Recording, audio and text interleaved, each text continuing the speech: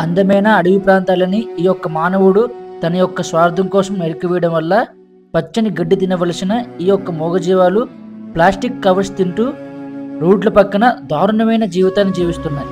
ఈ మూగజీవాల యొక్క జీవితాన్ని మనం మార్చలేకపోవచ్చు, కానీ మనకు వీలైనంత వరకు ఈ యొక్క మూగజీవాలకి స్వచ్ఛమైన ఆహారాన్ని అందిద్దాం.